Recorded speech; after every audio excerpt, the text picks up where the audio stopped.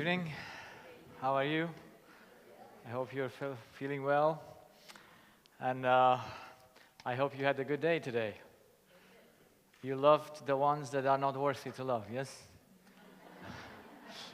I hope so. So let's start going very fast tonight because we have a lot of things to cover. We see that stress is something that we do to ourselves by wanting to control the time. Anxiety is the result that we want to control space, and depression and conflicts come because we want to control other human beings. All of this are attempts without any possibility.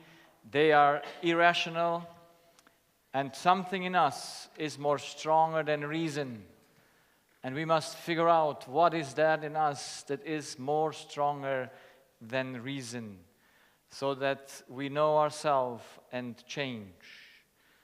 We know this, and I repeat this again and again, we need, especially tonight and in the other nights, we need a law to see that what we are doing is wrong, because a law cannot be changed.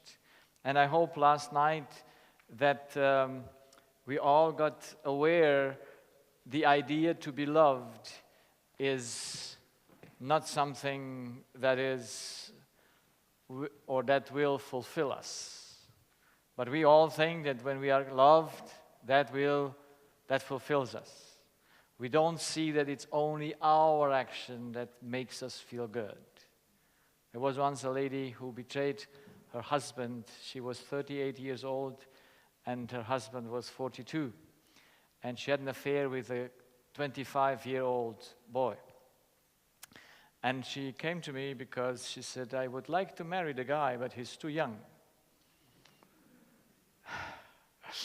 And I said to her, well, does this man make you feel better than your husband? And what did she say? Yes. Truth or deception? I said to her, if you would think about your husband the same thing you would think about that man, you would feel the same. Because all our feelings are made by what we think, not by what others are doing.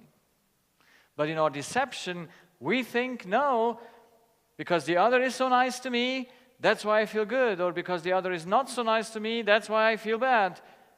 That's not the truth. It's only my own response. That's why we need to have a law that says, in your brain, only your thoughts come in. Not the thoughts of others, not the deeds of others. It's only our own reaction that matters to what happens in us and what we feel. This is why it's so important to not go by what we think, but have a objective foundation, and those are the four things: the basic law, structure and function, and the energy. Now we saw last night the first case, a case that is a model for all our problems. We get physical problems because we change our free thoughts into not free thoughts. Disease is the result of a spirit that is not free. If it would be free, there would be no disease. Yes? If we would think freely, then we would have no issues. Our cortex will always will get an impulse in us that would be according to how he was made to function. So there is an information that comes from outside that does not fit my need. And so through the way I see things, I enter into a thought pattern that will sooner or later destroy the function of my body. It's an involuntary, I hope, reaction, and so it does not come with a choice. But we think sometimes we have a choice, do we? You see, sometimes it's very hard to show people that they have no choice. Yeah? Do you like the idea? No. Because we want to have a choice. We want to be free. But if someone else betrays you and you go and have a depression, then do you have a choice for that? We only will have a choice when we see that we have no choice. Okay? So then when we see the reality, then we will have a choice to change.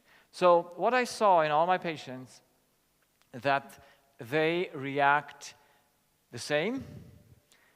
The way how the reaction is expressed is different.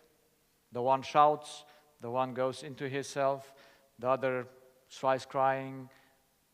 The outside reaction is different, but inside it's the same pattern. So we all go in our relationships because we want something from the other one. We want to be loved.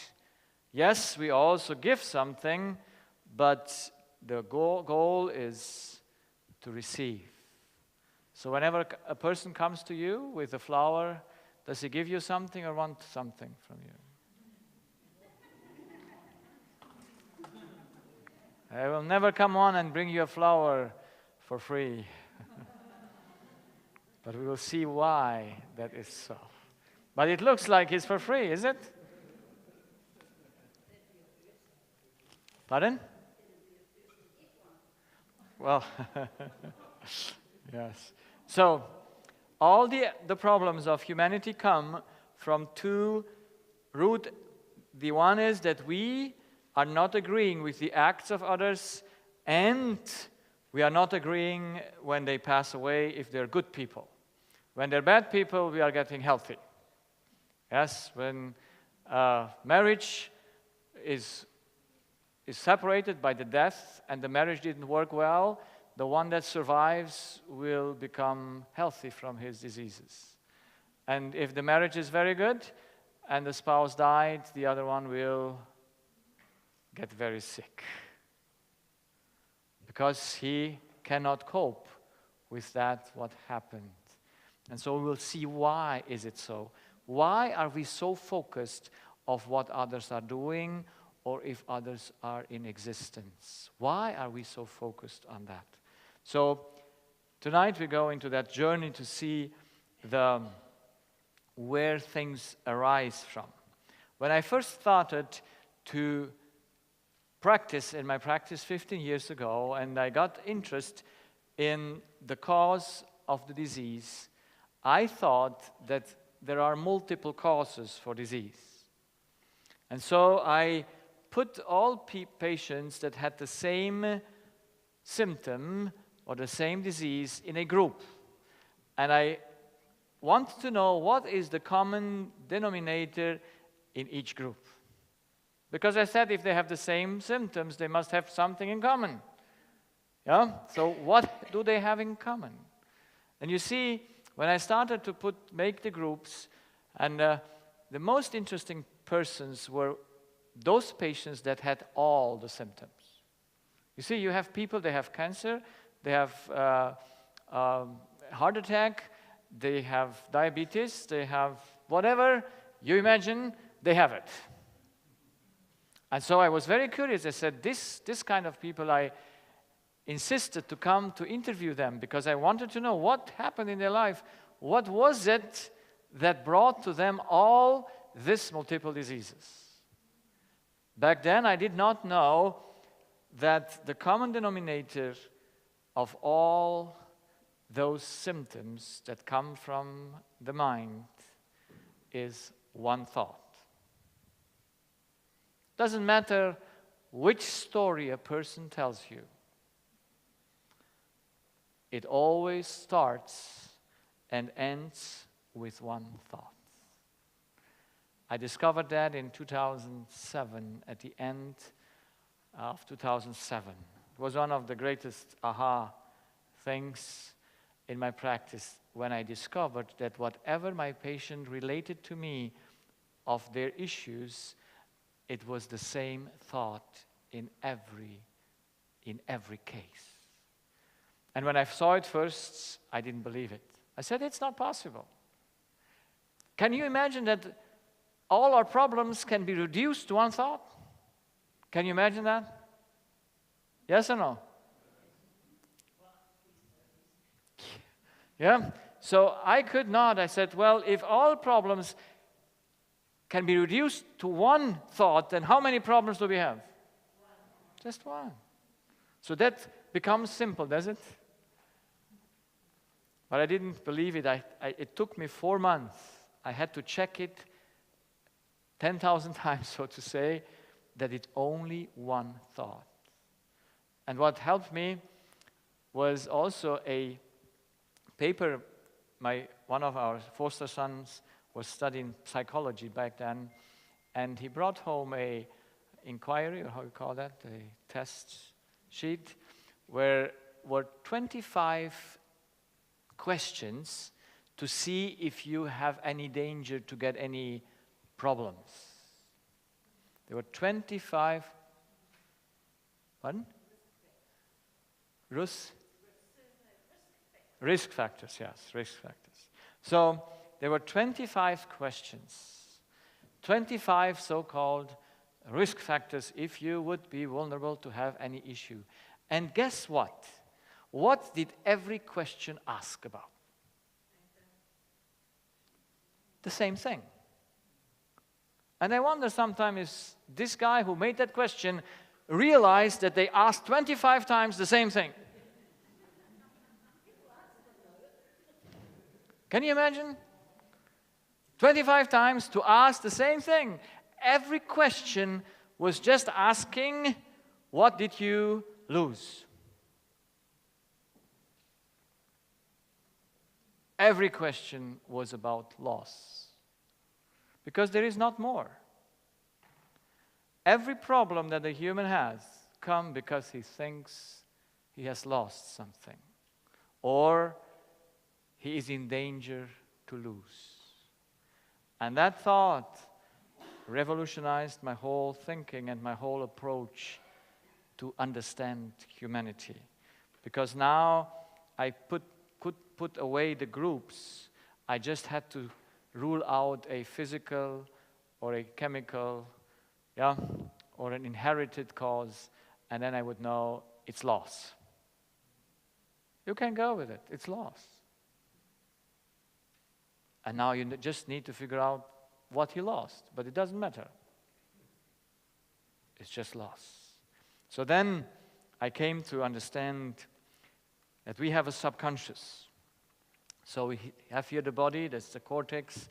We have the conscious, and between these two black things we have the subconscious. And we have 5 senses. And everything we see, we hear, we feel, or we smell, we must put into 2, let's say I put 3 categories to be whole. So everything we see, we must reduce to gain, indifference, or loss. Everything we hear, we must reduce to gain, indifference, and loss. Everything we feel must be reduced to those 3. Everything we smell and everything we taste. We have only these 3 categories. And indifference doesn't matter. But for the purpose to be whole, I put it there. See, when you have something that you're not interested in, will it ever challenge you? No. So that's why it's only these 2 criteria, gain and loss, that we have to reduce every experience to it.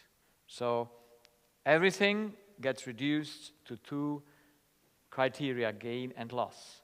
And now we were so made to go for the gain or for the loss.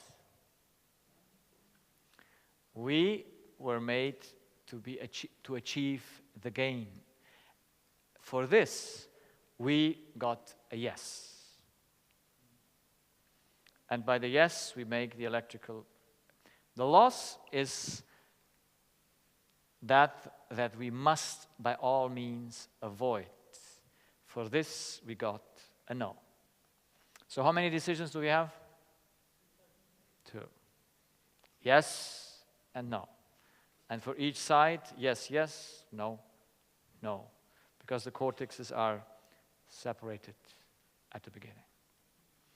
So all that what governs our system is a yes and a no. Doesn't that sound like a computer? Yes. Yeah. It's just 0 and 1. Because the brain is not more than a computer. He doesn't understand more than an electrical impulse or no electrical impulse. And we know that in it's just electricity, no electricity, no electricity. Yeah, that's all that our computers are made of. So in our spirit, we have just a yes and a no, according to the two criteria of gain and loss. So let's put it into another way. We have here the conscious and the subconscious. And in the conscious, we have our will.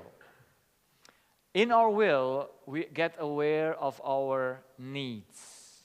Our will, the H is for hunger. Have you ever felt hunger? Yes. The F is for freezing. The T is for thirst, I think. And the S is for sweating, whatever. Yes, it's a physical need. The green is always physical and the red is always spiritual. I hope you got that now after. So, but also we have in the consciousness our spiritual needs. And so my first need, and every one of us has a first need. We might have the common first need, but everyone has a first need, and my first need is harmony. Everything I see and perceive, I perceive through the glasses of harmony. Yes, if I have harmony, I'm satisfied. That's the first need. And of course, I have justice, liberty, truth, whatever, truth, V, what is we, well-being, and S, security. So I just put a few of our spiritual needs there. And I have this theory to say, why are we different in our minds and in our will? Because I think we have a little bit a different order of our needs. And so we are a different personality. It might be one of the things why we are different in our personality. Is anyone the same personality as the other one? No, we're different. Does anyone has the same will as the other one? No. Here we are all different. And that's how it should be. Yes, we should be different.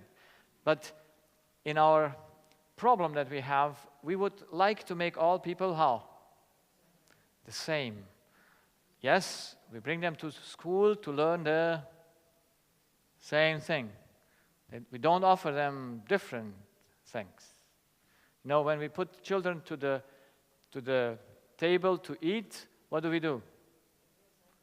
They must eat what we command. Of course, we put it on there, but let him choose from all that is good. But no, mother says you eat first the bread, then the avocado. Because the child would eat only the avocado. And so mother needs to control that. We want uniformity in the outside, in the phenotype. There is no uniformity because it's never intended that we should be all the same, like we look or what we do or what we taste or what we, yes, all that is right to be different. And that's nice so, isn't it? Just imagine the difference between man and woman. No? Man can live in a room, there is no carpets, no nothing. Yeah? And they are happy. But if you put a woman in a room, you find a snack there, you find something there, you know, all unnecessary things. But for them, it's very necessary. Yeah? I mean, not all are the same, but they came late in. The alarm goes on after a few people, yes? So we need to be punctual next time, so. No. Sorry for that. I know. But now we have the trick out, what it happens. So in the will, in what we want, we are all different. And it's nice so. Yes? It's very nice that the one likes this, the other likes that, the other likes that. And that's very good. But how is it in the subconscious? Are we there different or are we there the same? And so we need to know that structure and function is always the same. That's why in the subconscious we are identical. Because it's function, it's not a choice. It must work like that. What you eat is a choice, yes? But how you function is no choice. That's why in our subconscious we have the meeting or the connection, better to say, between the body, which has just a plus and a minus, yes? The cells are chemistry, and if you want to give them an electrical input, you have to turn an electron around, and that does our spirit because the body cannot do it to himself. Yeah, he cannot use electricity without someone give it to him. And so our spirit or me has for the minus a loss and for the plus a gain, and this green line is the zero line, and we were made to say yes to the gain and absolutely no to loss. That's the mechanism of all our decisions at the bottom before it goes into the body. Yes? Into the body, just a yes or a no goes, but before it goes into the body as a yes and a no, you must put everything in gain or loss. There is no more than that. Will we prove it? Have you ever seen advertisements? What do they advertise? It's either gain, yes, or avoiding loss. And why needs all advertising to be put in time? Why do they not have sale the whole summer or the whole year round? Pardon? Yes, creates urgency because you are not able to lose. And if they get your interest, you must buy it now because they want to make the money now. That's why all advertising must be made just for a time. They continue next week with another thing because it's the same price, but no one knows. Just that they get the person, yes? And I also have to buy my flights long before, because the closer it gets, the more expensive they become.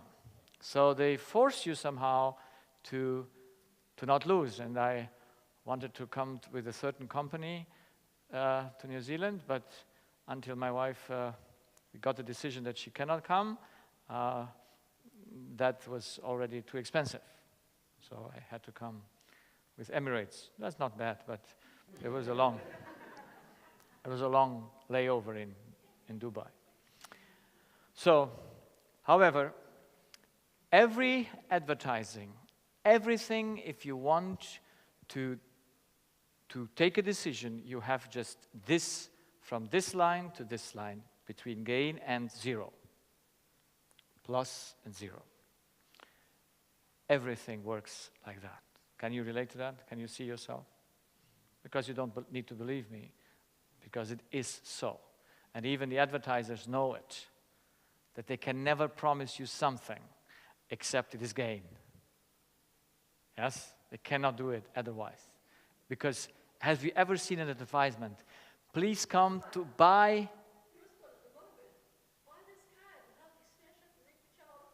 Yeah.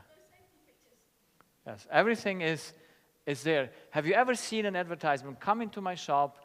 My stuff is the worst and the most expensive. Please come and buy it. Will it ever work?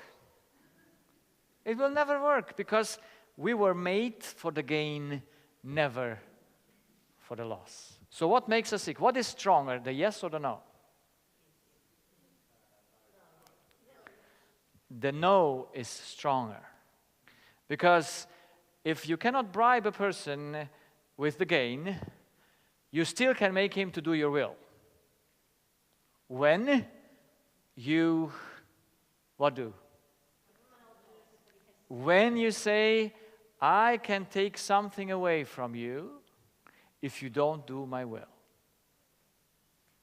When you threaten a person and you have something in your hand to threaten him, he will follow your command.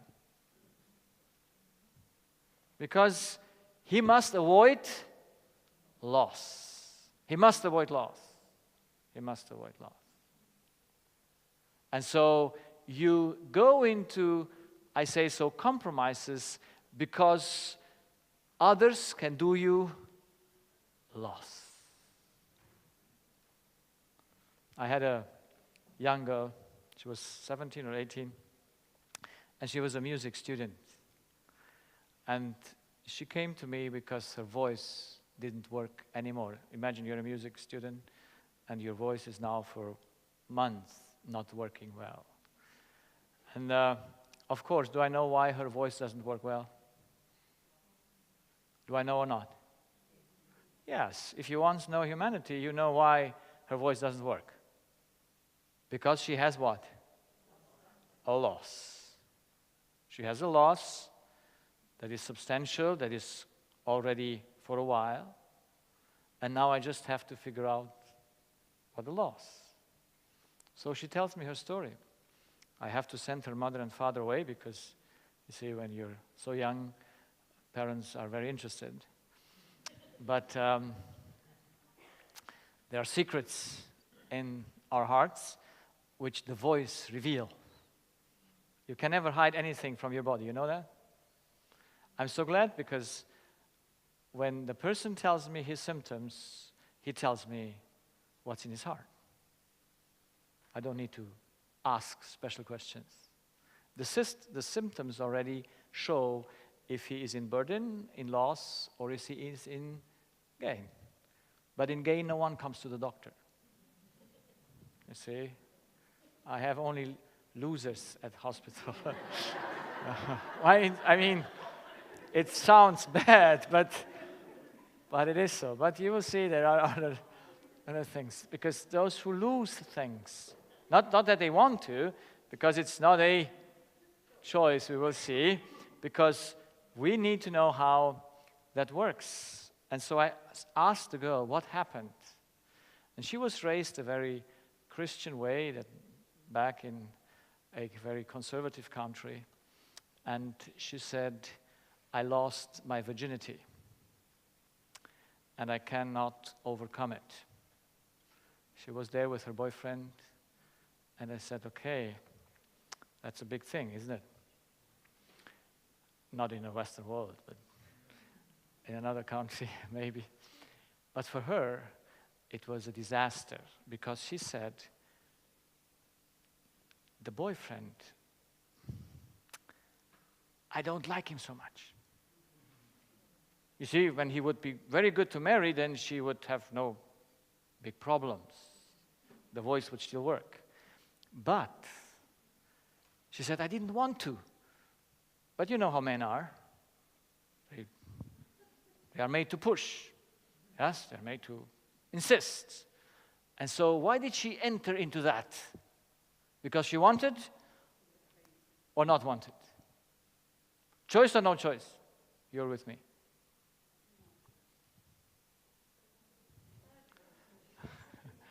I hope she was in need for love from whom?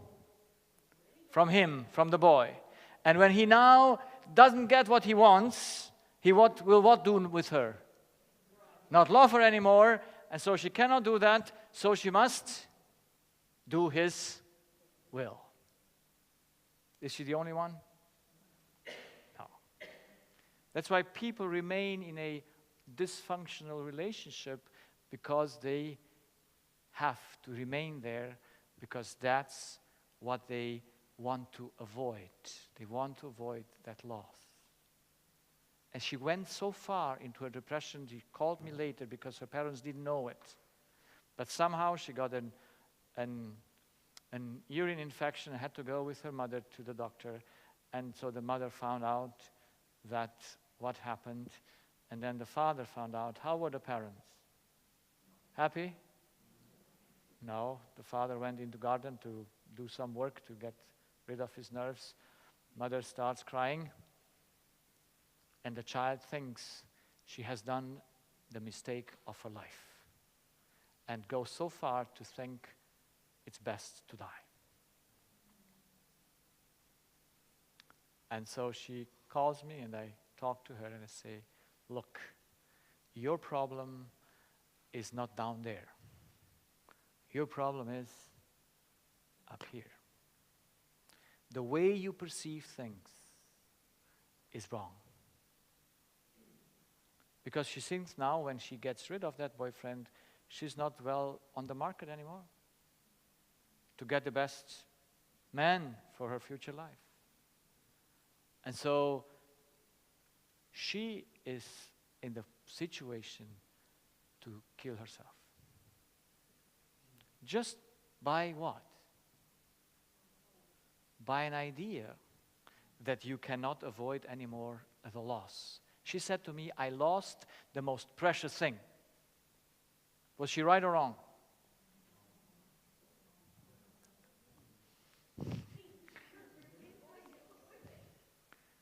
She lost the most precious thing or not? Of course not. Virginity is not to be kept, but to be lost. But,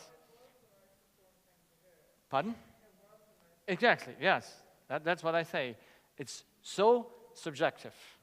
So subjective. What is the worst or what is the most precious thing to us?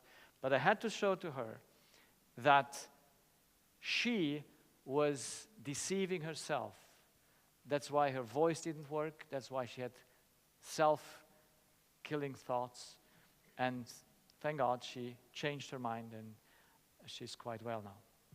So it's important for us to understand, can we make to ourselves loss or can others make to ourselves loss? Because she blamed the boy, yes? And she was behaving strange towards him. So, what makes us sick? What makes us sick is the incapacity to what control? The yes or the no? The no.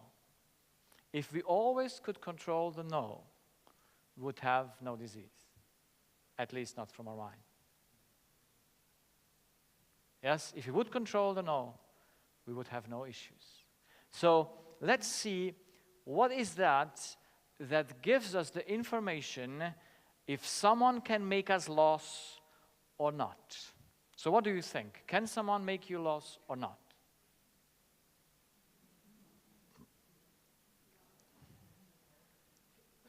If your husband betrays you, did he make you loss or no loss?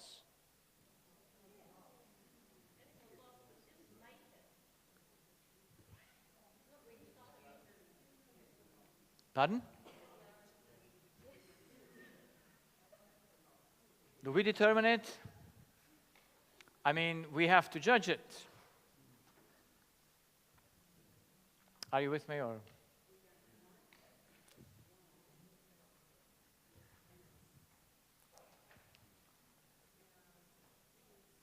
Well, is it my loss or not my loss? Let's see. I just wanted to make this test that you might understand that you all believe that someone can steal your car. Can you? And how will you feel? A loss. If it's an expensive car, you will have a great loss. If it's not an expensive car, you will say, I buy another one. But someone else made you to feel how? Angry or yes. But it's just because the way you judged the thing. So if you would judge the thing correctly, then you would be in a good state, not getting angry, and still taking care of the situation. Yeah, whatever it is. Yeah. We must see how that loss is. So, before we put anything into gain or loss, we must have an eyesight, or we must have a measurement by which we say how to get to the gain and how to avoid loss. That's how we need to know how to get to avoid loss and how to get to the gain. So how do you get the gain? There are only two ways. Either by receiving, to receive, or by giving. So how do you get to the gain? By receive or by give? Now, that you say in your consciousness because reason is there. But let's make it tests. We have two doors out here. Because in the test, you always see where the gain is or where the loss is. And so we'll see. On this door, when you go out, you give $1,000. And on this door, you receive $1,000. Which door would you go out?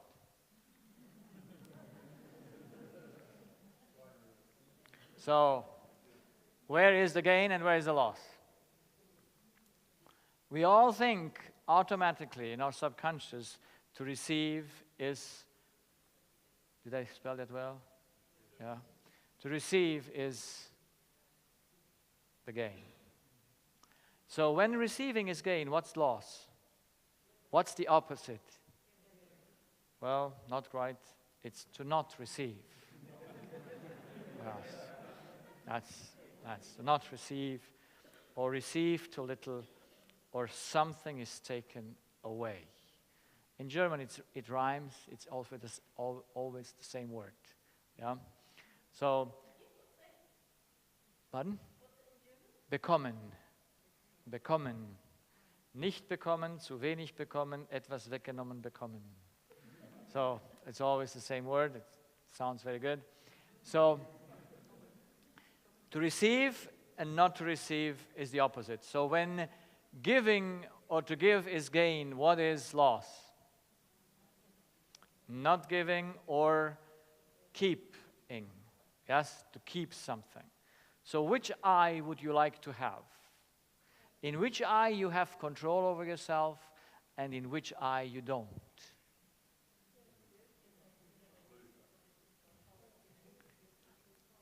So I make this in blue and this in dark so that I could show you what is right and wrong. Yes? So what kind of a sight would bring us control and what takes it away? So what's the difference between the two eyes? The one you act, the other one act the others. Yes? And if you give and not give or keep, then your yes and your no are always yours. But if others have to give you or not to give you or whatever, then you lose the yes as well as the no. But when you lose the yes, you don't get sick. Only when you lose the no. Every person gets sick because he loses to avoid loss.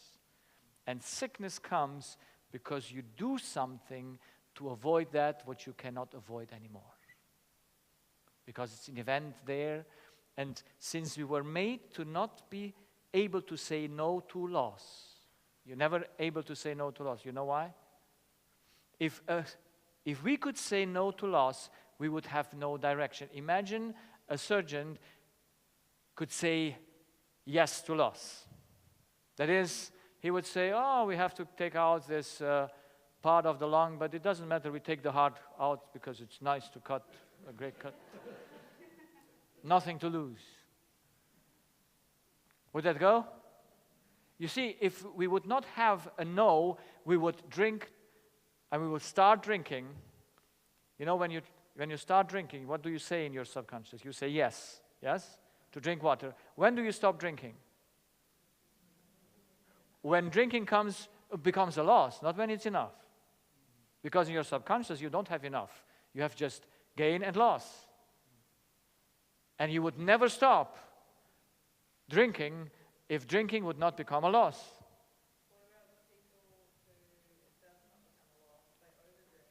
Well, stopping to drink until you get drowned, or how you call this.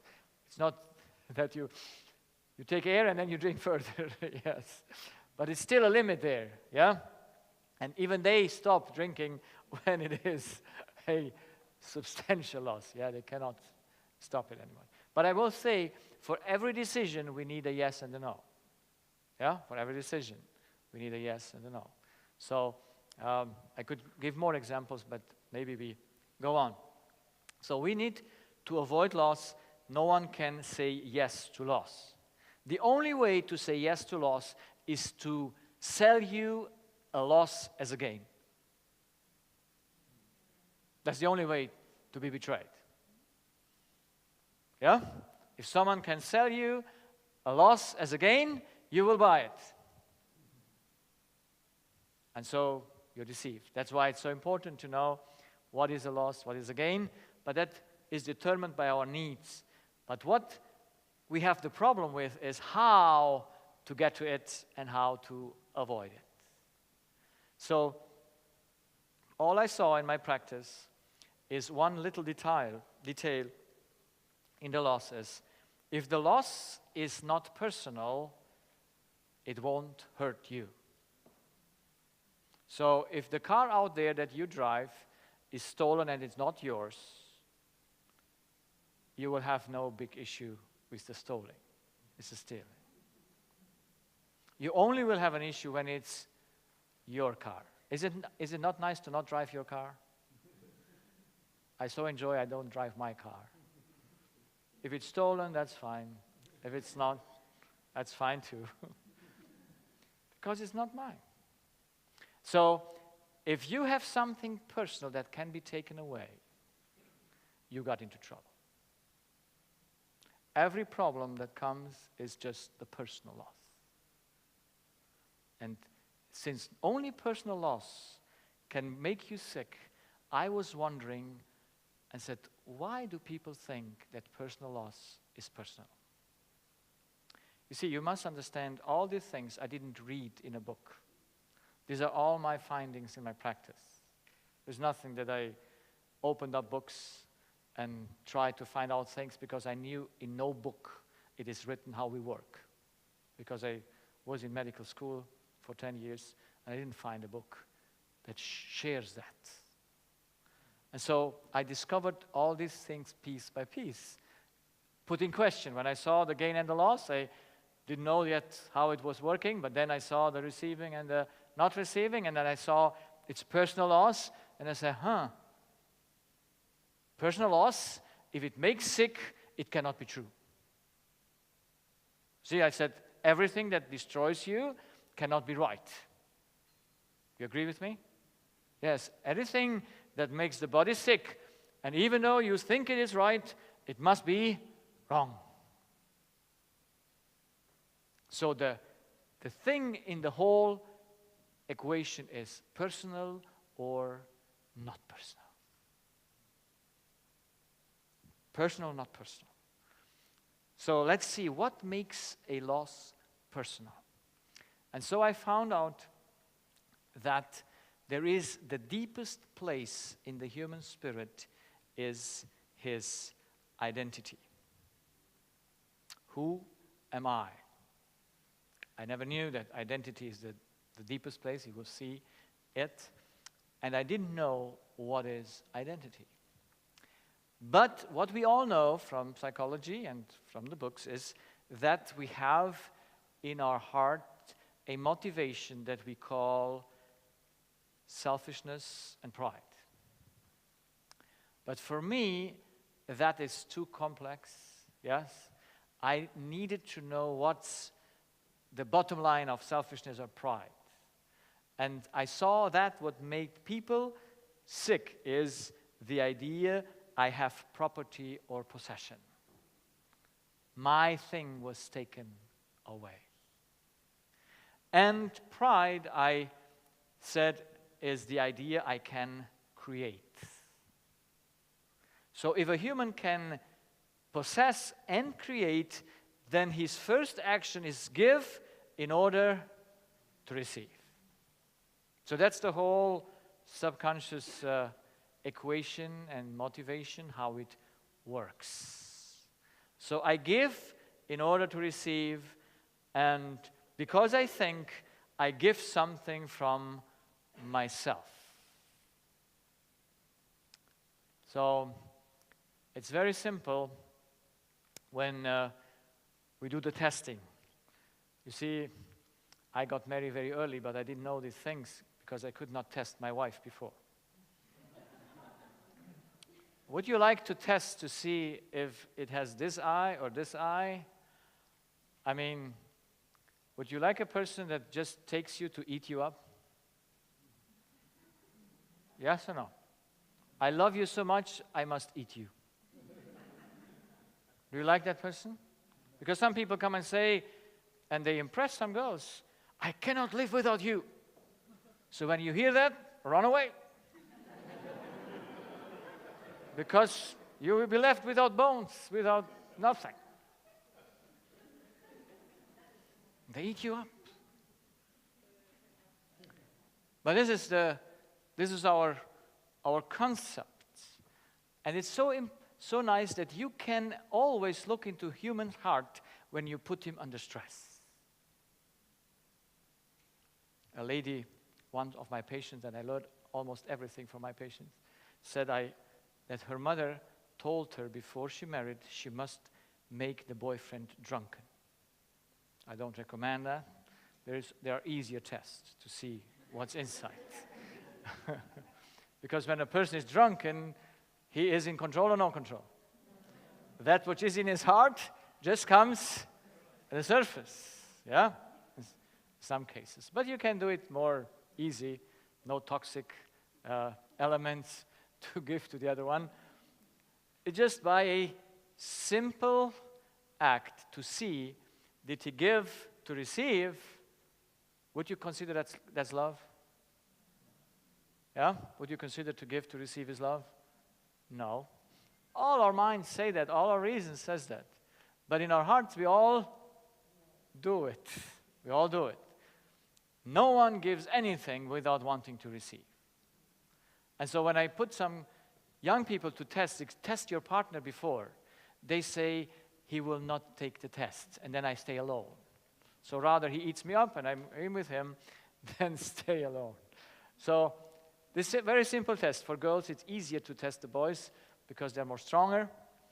And to say, look, when he gives you a gift, and the time of testing has come to see what's in his heart, you just need to take this gift and ignore it. Or if you want to make it more hard, you just throw it in the rubbish. And then you sit and see how he reacts. And if he then explodes and says, I gave you all my love, and you throw it away, then you can say, you didn't pass the test. I'm sorry. But if he reacts like, oh, honey, something is wrong with you today. Did you not sleep well? Then you would think, this guy may have a loving heart, not a heart for himself. So, anyone who's here not married, make the test. If you're courageous enough. But there are also tests for boys. Yeah? There's tests for boys. Yeah? When you just drive in the middle of the night and the car is broken or you have no gas anymore. Can you test then what's in the woman? Yes. And you see how much understanding she has when something goes wrong.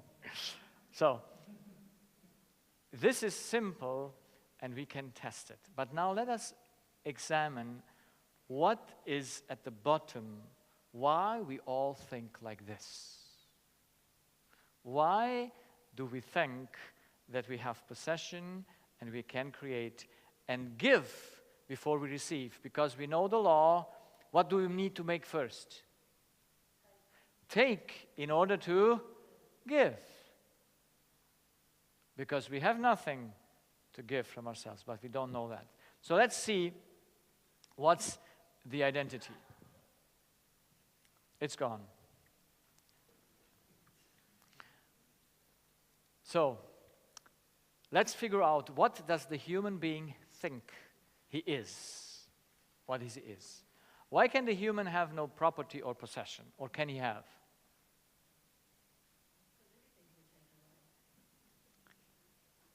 Why does he cannot claim that anything is his? Why do we not own it? We want to have a question, an answer like that makes sense.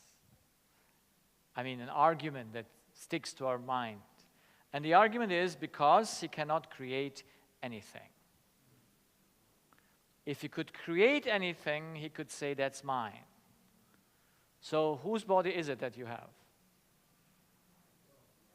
Yours or not yours? Life, your life is whose life? It's not your life. So why try to keep something what is not yours? Why try to control something that, however, you have no control over it? Anxiety and fear is nothing else that you want to control your life while you have no way to control it. A bomb can come here and explode, and what's that? Life is gone. So it's not, we can enjoy it, we can live it, but we cannot possess it. And death proves that life is not ours. But a long life, we think it's ours. And we are sad when we are 50 and things haven't gone right in life, and said, I lost my life. Ah, I said, poor you. Only 50 years? Is that your life? So we must understand by reason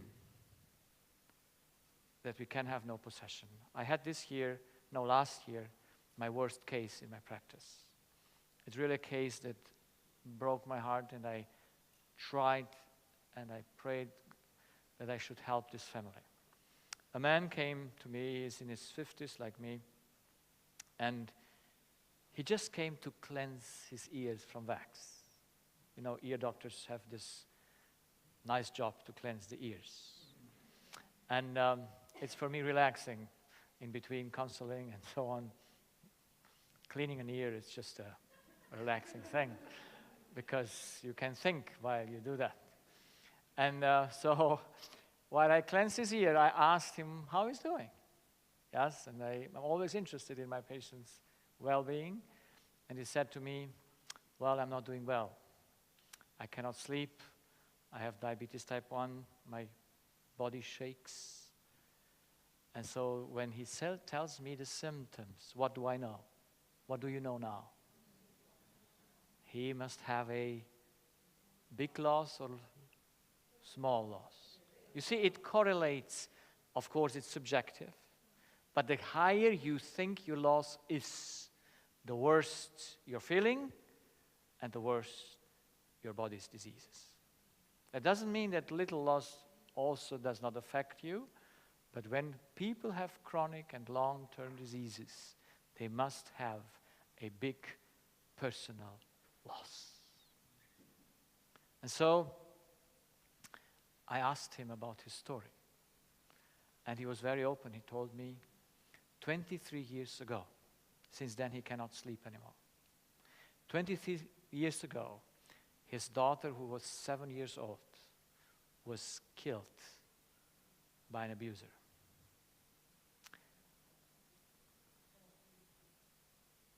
And he had a younger daughter. She was 7. He had a younger daughter that was 5. And he said to myself, he said, I would have killed myself if I would have not had a younger daughter to take care of.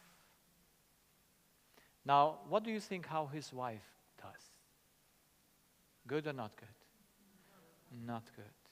So I asked about his wife things, and she has the same complaints. She cannot sleep since then. They both need to take strong medication to be able to sleep. And the daughter, which is now 28 years old, what is her symptom? The same thing. Now you could say it's inherited, can you? It's not inherited. It's just they have the same event and the same pattern of reaction. Now, of course, he has diabetes type 1, the woman has another disease, and the girl has endometriosis and severe pain with menstruation and all this. And everything comes because they cannot cope with what happens. The gentleman told me, he said, I have forgotten most of things, but that day I know every detail and minute what happened. Can you understand him? Can we feel with him? Yes. And does he do that because he has a choice or no choice? No choice. You see, friends, we don't do the disease because we want to. We do it because we believe something that takes us as prisoners. We believe that child that was killed was whose child? My child. So I invited them all three to come for counseling. Because I said, I want to heal this whole family. Can I heal them? No, I cannot heal them, but I can help them understand themselves and what's going on in their minds. And why and how they can come out. And when I got to this point in my explanations, I start every time and try to explain everything so that they can reason with me. If they would understand that it was not her child that was killed, their mind would become free. And they could sleep again. They could function again. Easy or not easy? Not easy. I hope that we understand in these extreme cases, we understand the depth of the problem that we have. We understand the depth of the problem that we have. And I know when we got 6 foster children, because one day a family in our church separated and they left 6 children behind. And we were the first there to help the children, and we remained with the children. Imagine you get 6 children overnight. Isn't that a good gift?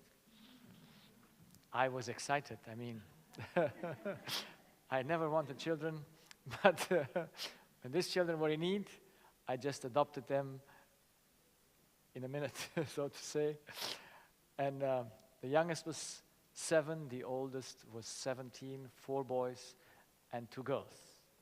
The girl was 7 and the other girl was 11. Now imagine I went to work. I had to go for 60 kilometers to get to my hospital where I worked then as a resident. And on that way, I was in fear that something could happen to my girls. And I thought to myself, if someone touches them, I kill them personally. Can you understand?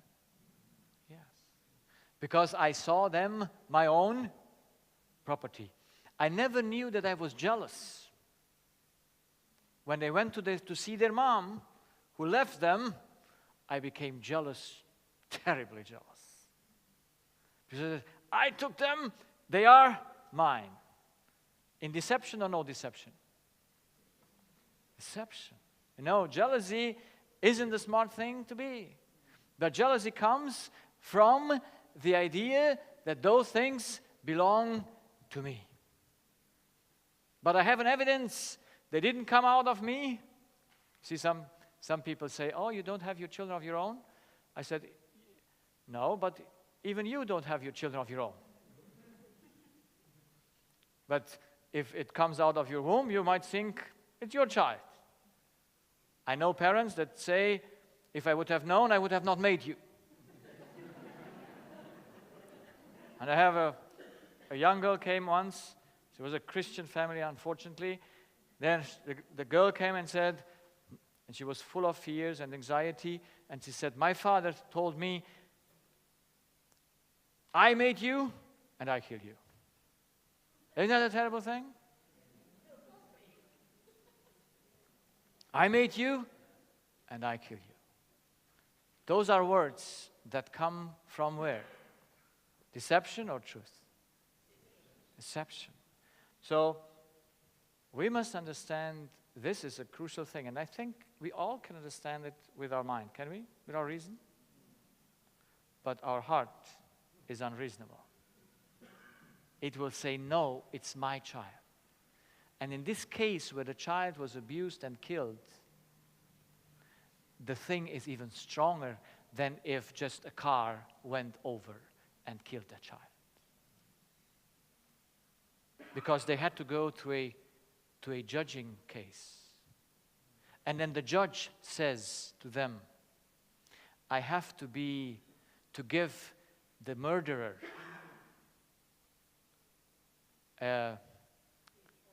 a fair trial because he didn't kill her with so much pain. Because the killing went fast. If the killing would have been longer, he would have got a worse punishment. But when you tell that to a parent, does it rupture his heart? Yes. And so they have two problems, not only the loss, but they think it's unrighteousness that was done unto whom? Unto them. Because it's their child. And so they are in a real mess. But I hope, after my counseling, that they get free. I cannot do more for them than to explain them the truth. That it is a deception to believe that it's my child, and to me it was done unrighteousness. It was done unrighteousness, it was done a killing, it was wrong. It's how great a loss? A maximum loss, but it's not mine loss. That's the all difference. So it's loss, it's worse, it's the worst thing that could happen, but I must understand it is not personal. Easy or not easy? Not easy. So there must be something, that's why in us, that makes us to think things are personal. So the second question is, what does the human think he can create? That we are all possessive is evident, isn't it? By choice or by no choice? By no choice. Oh, I hope I will repeat this question again and again. We are possessive by no choice. But we have to get rid of that possessivity, yes or no?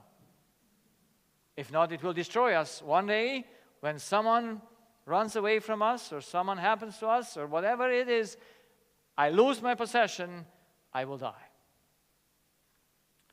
So what can I create? What does the human being think they can create? So let us look to our basic needs. I come back to that. So, we all need oxygen, do we? Can we create oxygen? No. What is the method of satisfaction? Yeah, take to give. We stick to the, yeah, that's breathing. And we have a source, that is air. We need water. Can we create it? No. How is the method of satisfaction? We have to take in order to give. It's the water well. The food, no. Take to give, earth. And now comes love. So when you love someone, where does that love come? From you or not from you?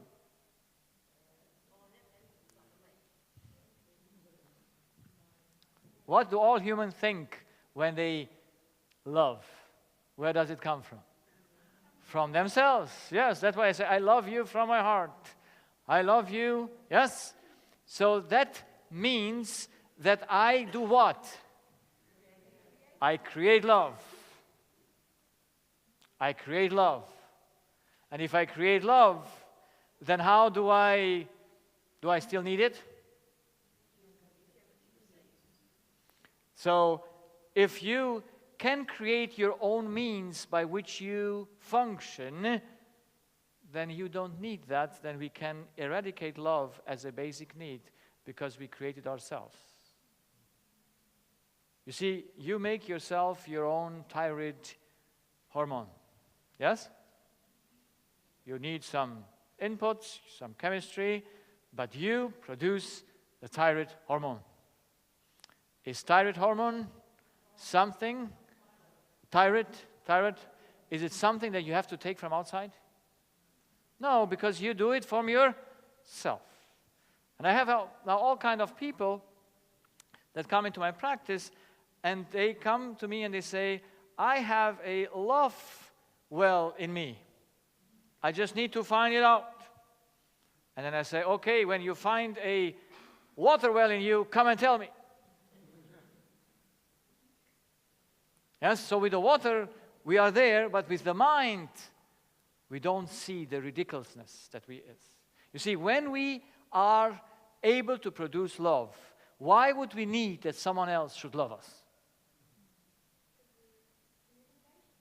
Well, no. This is not a matter of communication, it's a matter of a need or no need. But at the same time, this is where it is so contradictory in us. We think, I love you. Well, very nice. If you create your own love, then well on you. But everyone goes and wants love from the other. Now, what are you? Are you a creator or a beggar? And so we are both in one. One time we give, and the other time we beg. So the problem of the human being is that he thinks he can create what? Love. He thinks love is his creation. Love is his creation. Now, if a person thinks love is his creation, who must he be? There are only two ways to be. I'm either a creature or a creator. What do we think we are? We all think we are God. When I discovered this, I was very, very amazed. Do you believe me? Every human problem comes from overestimation, even the underestimation. Think about it. Every problem comes because I think I know it better than the other. There is never a problem that we face in our life that does not come because we think more about us than we are. When you now find it out, you see it. You see, some patients, when I come to this point, they say to me, Doctor, I never thought that I'm God. I said, I believe you. In your consciousness, only crazy people say it. Yes? Do you? Yeah? Normal people don't say it. But I say, if you would not think it unconsciously, if you would not think it, then you would not be my patient. Because I have only gods as patients, no humans. You didn't understand the point or not? If you would be a human being, a created being, you would be no sick. Sickness comes because you play God. Unconsciously, but you still do it. Let's prove it. You see, everything I want to share with you must be proven, because now it gets into your own mind. Do you see how you think now? Yeah? You perceive your thoughts? It gets alert. So I think we still have the time to prove the proofs. So, what is invisible, we can prove by visible things, okay? So, I always prove invisible things by visible because visible is invisible, yes? Can we argue with visible things? No. So, what is the worst behavior of man in which he finds the greatest pleasure? Look at yourself. In what do you find the greatest pleasure and the worst behavior? Or let's say it differently. What, if you would be God, what would you exterminate from the earth?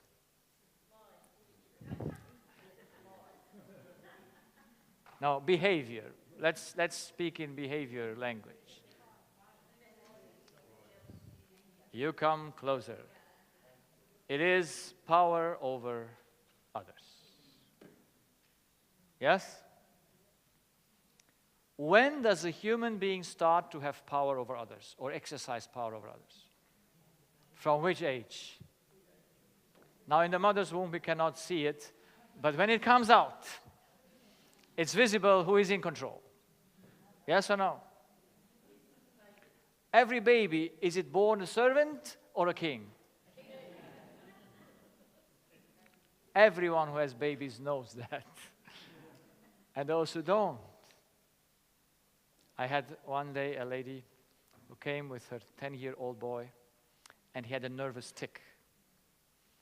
And I said, okay, we can fix the nervous tic if I explained it to her mother how it works.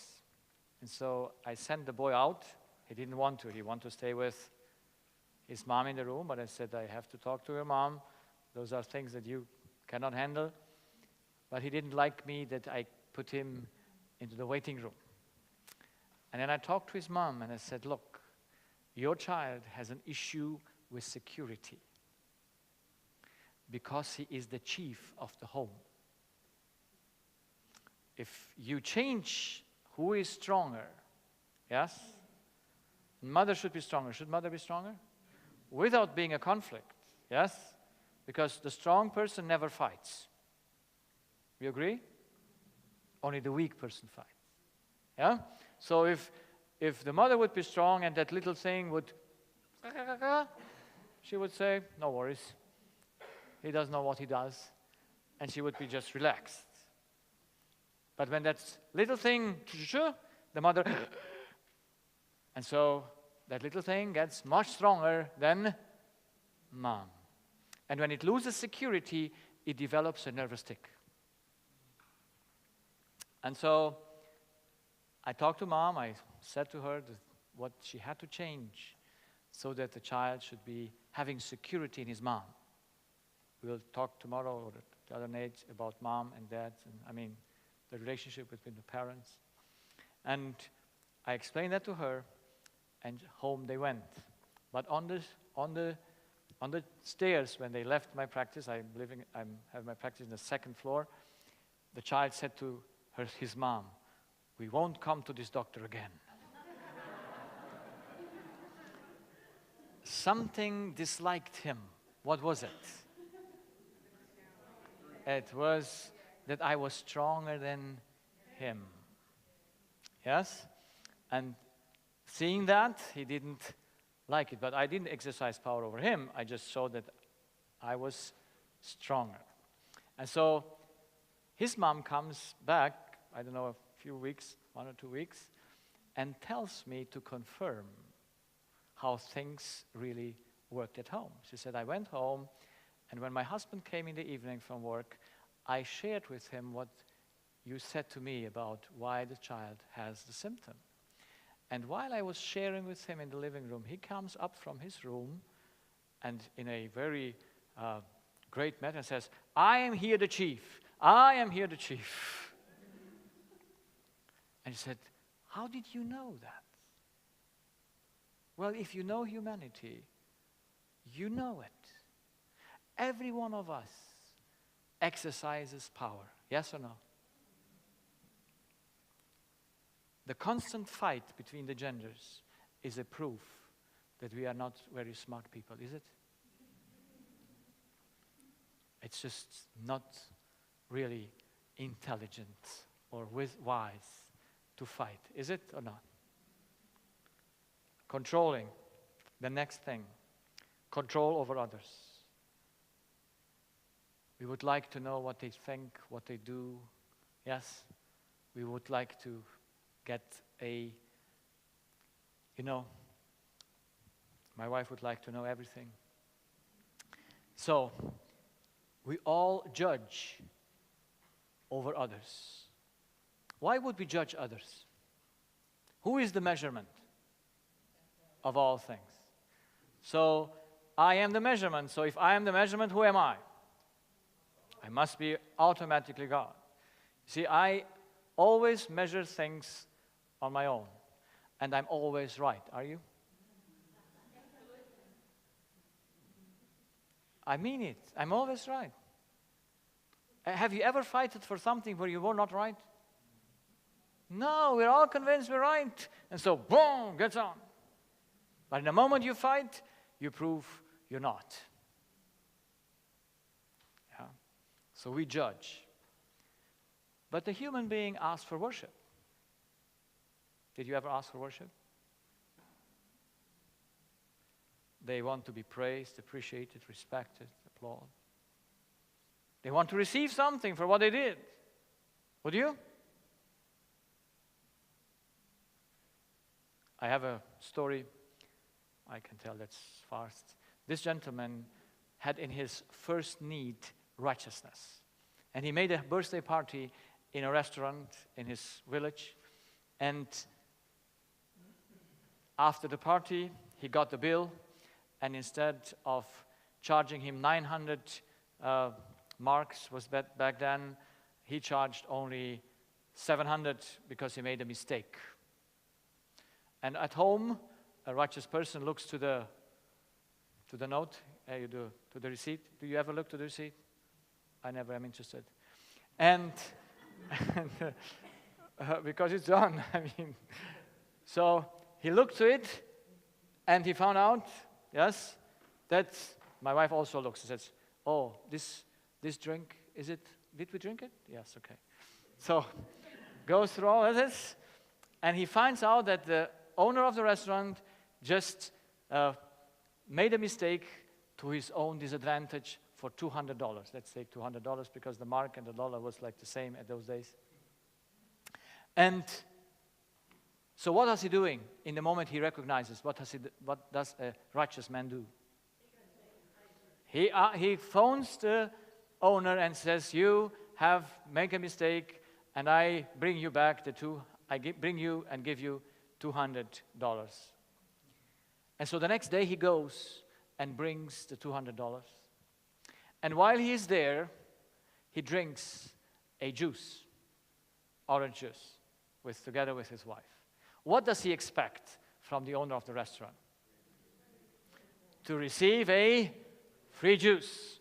But the owner of the restaurant is the righteous man. So he asks for $5.80 to pay the juice for him and his wife. And how does the man react? He, for 15 years, doesn't enter that restaurant again. 15 years. What did he ask for what he has done? Do you need appreciation when you do the right thing?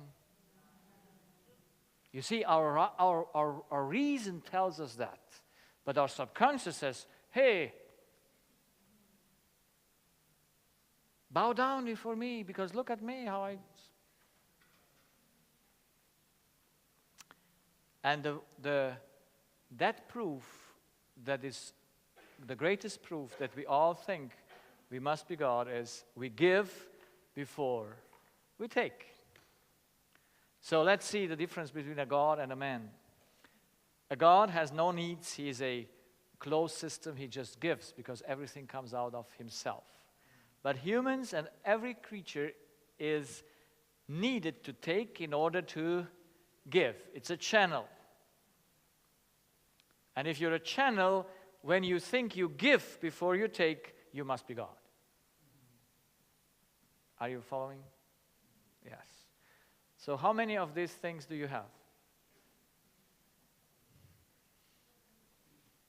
You see that when we look into the mirror, we all have the same way to behave.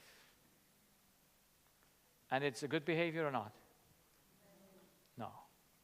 But now there is another thing that we can prove again, which is visible. You know what's visible? Ideologies. Have you ever checked ideologies to see what's the root of them? Let's check religions. What is the root of religions? All of them, except the biblical one, have the idea that they are gods. And every religion uses power to rule. Yes? Yeah. Then we have the atheists, the agnostics, the humanists. What do they believe about themselves? They believe that they are spiritually independent, so they need no God above them where they should be dependent for love spiritually. And the best are my colleagues, the scientists. They are the greatest gods because they made a theory in which they prove that they themselves are gods. The theory of evolution just comes from the idea I evolved from a lower being to a higher being. So who is the highest being then? I am the highest being, the supreme being. So does it matter what you believe? Let's look a little bit closer to the ideologies that we all have on earth. My second son, we just had Christmas. Last Christmas, I invited them to go to the restaurant because our kitchen was in repair. And he was upset. He's 35 years old, and he said, I'm so upset because my parents raised me a Christian, with a Christian ideology. And if they would have not raised me like that, I would have been not so handicapped. Now, he was 15 when we got him. So it was not my fault. But of course, I was a Christian as well. And I was even more authoritative, like his parents were.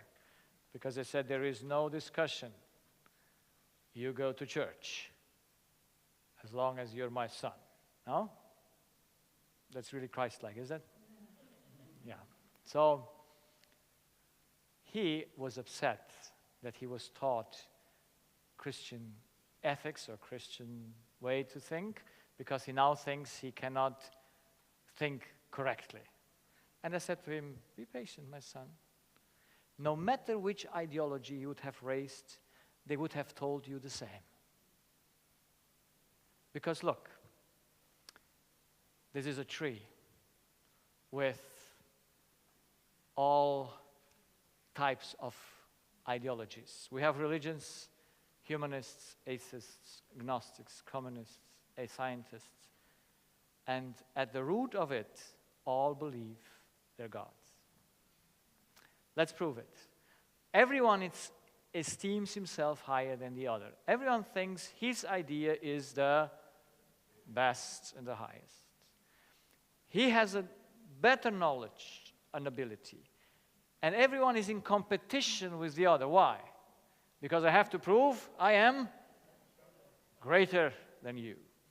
Why do we need to be in contest with each other? Why do we struggle for power? Why do we judge? Why do we control? Why do we have violence, war, and murder? It doesn't matter which ideology you have. It comes out the same. And I even went a step further, taking all religions to put them on the tree. What did I found?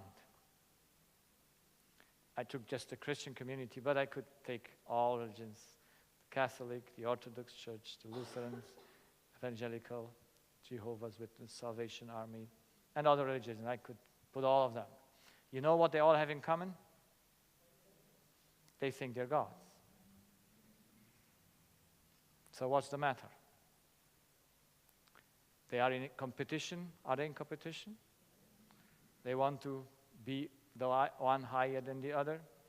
They contest. They struggle for power. They judge. They control. They would commit violence and they would murder. Or are they not like this? Would be good. So let's finish. The identity that is the wrong is that we think we are a creator, a God. At the moment we are not. So imagine you think you're someone that you're not. How great is that deception? So if I would be a created being, then I would know I have a creator. Love would be my motivation. I could not create, I can have no property, but I can take in order to give. And everything that we find on earth functions according to this law, and nothing functions according to this. There is nothing yet you can find that serves itself. Because everything has the purpose to give. But everything must first take in order to give. So I did not find anything. You can think until tomorrow if you find any item on earth that has the purpose to take. Only in the human heart is this opposite. That's why we wonder why we are sick, because we're against nature. All natural law says, first take, but you don't take for yourself, you take to give. Imagine this lamp would keep the light for itself. Can it do it? No, as far when the energy comes, it must shine. Does it shine for itself? No, there's nothing. This computer, this device here, this pen, does it work anything for itself? There's nothing like that. So let's conclude tonight's lecture. There are only two kinds of humans on this earth. It's the wise, the reason, and the unreasonable. The wise and the unwise. The balanced and the unbalanced. The foolish mind. So what's the difference between them? The difference is the one person has realistic thoughts and actions according to the laws of nature, and the other have unrealistic thoughts and actions according to the laws of nature. So every unrealistic thought must come from the idea that you are someone that you're not. That's why we are unrealistic. We attempt something that is impossible. Is that realistic or unrealistic? Unrealistic. So what's the consequence? In the one thing, you maintain life and the vital space. You don't destroy nature if you're according to the laws. But in the other one, you destroy your life and the space in which you live, and disease is the result. And what's the cause? There's one cause. Either I'm a creature or I am a God. The one is good and the other one is evil. So, how many problems do we have? One. Our identity is wrong. And now that you know it, you will find out something about yourself. I had a patient last year who had an interesting disease. Among others, she has arrhythmia, extra systoles, yes? And she feels every beat when the heart goes in extra beats. And it got worse. But she was afraid to go to surgery that they should do they burn one of those extra nerves so that the extra beat cannot happen. But she came for counseling, and I explained to her, and when she came to realize it, she says, is it my foolishness or madness or my selfishness that makes me sick? I said, yes, but it's not a choice. You are born like this. But now you can see and make a difference. So there is never an accusation when we get sick, because we can do nothing about it. We cannot choose that someone kills our baby, can we?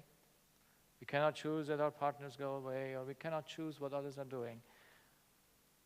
And so when we get sick, the sickness has the purpose to open our eyes about ourselves. To be able to see something that without sickness we would not be able to see. And then she went home, and I was curious to see what would she experience this next week. Because she said, I never saw myself selfish. Yes, we see others selfish. Do we see them? But ourselves we hardly can see. Or we see us not so selfish. Yeah? A little bit better than the others. Yes? A little bit better than the others. I always thought that I'm the sonny boy and my wife not. So she went home and came 1 week later to my next appointment for counseling. And she said, I had an amazing week. I recognized myself in so many things where I play God. And we must see this. We must see it. If not, we cannot go against it.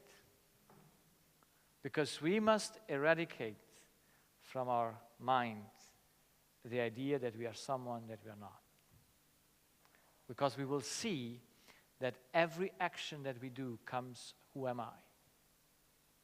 When we go and have an overview of all our functions, from our conscious to our subconscious and to the body, and we'll see the circle, we will see that there is only one determining factor that determines everything, and that is who you think you are. But since it's subconscious, you don't see it. That's why through provocation, through crisis, through disease, we can see ourselves as we have never seen before.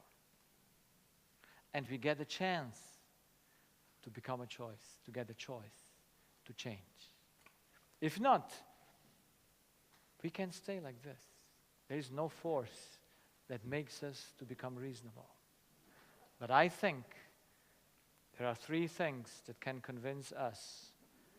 It's disease that proves that something is wrong.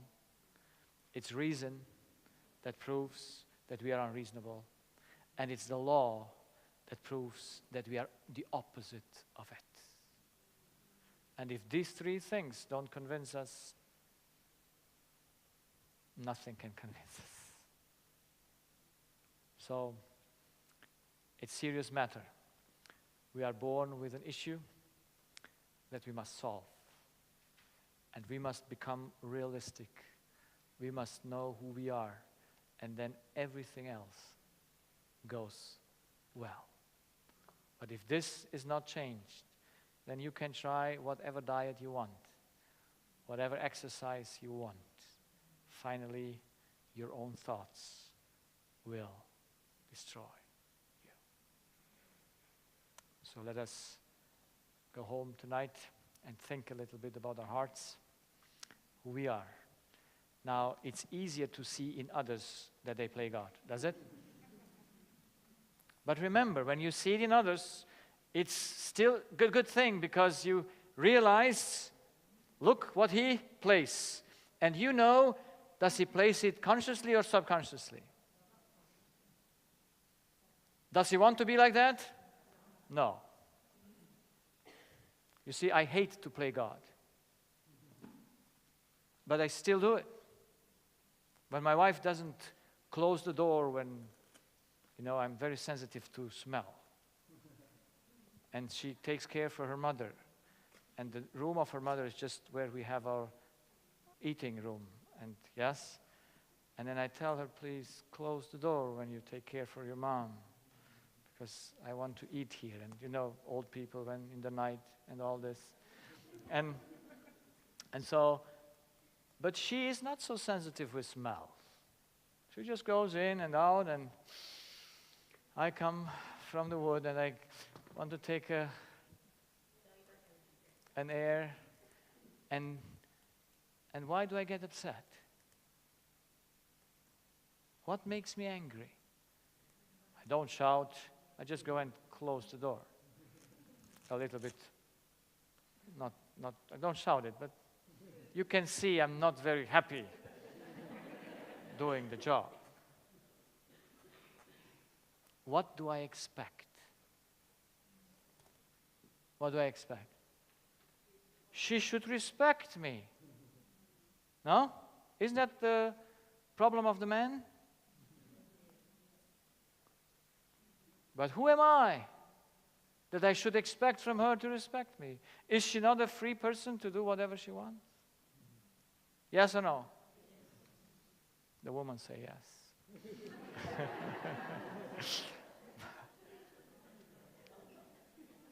I hate it to see myself when I want to rule over her. And so I made a commitment. I will never fight against her anymore, just against my own error. To get away with the idea that someone owes me anything. That someone needs to respect me. Because what another does should not matter for me except for the other one or for the situation, but not personal. So tomorrow night we go a step deeper. We want to see a little bit more and realize what is choice, what is not choice, what is liberty, what's dependency. And we will explain, I think it's tomorrow night with the children, or yes, we will see how a child comes out, or how it is conceived, and how a child development is, and what gets children sick. So, and then we go step by step, coming sometimes to a solution. But I hope you understood tonight's lecture. It will take time, and I encourage you to see this on YouTube again and again to grasp it. It took me years to understand it and explain it, but I explain it almost every day to my patients, so I cannot forget it. But if it's just heard once, you might very easily forget yourself. And yeah, but latest when you have a headache, you remember its loss. Yes, when your back pain hurts, when you get an urine infection, when you get a nose that is closed, when he has a nose bleeding without having a, then you know there's something in your heart that deceives you. And that needs to be taken off. I call it the foreign body. It must be taken away. So any questions tonight? I'm happy that not. Yes? No questions? Please? Pardon?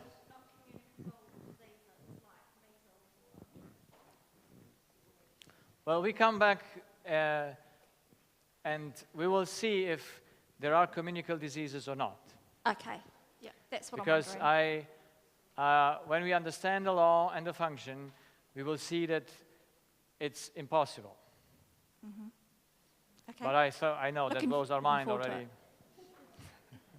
Thank you. So we must not be afraid about these diseases, because if my body doesn't take it, nothing happens. Yeah. So.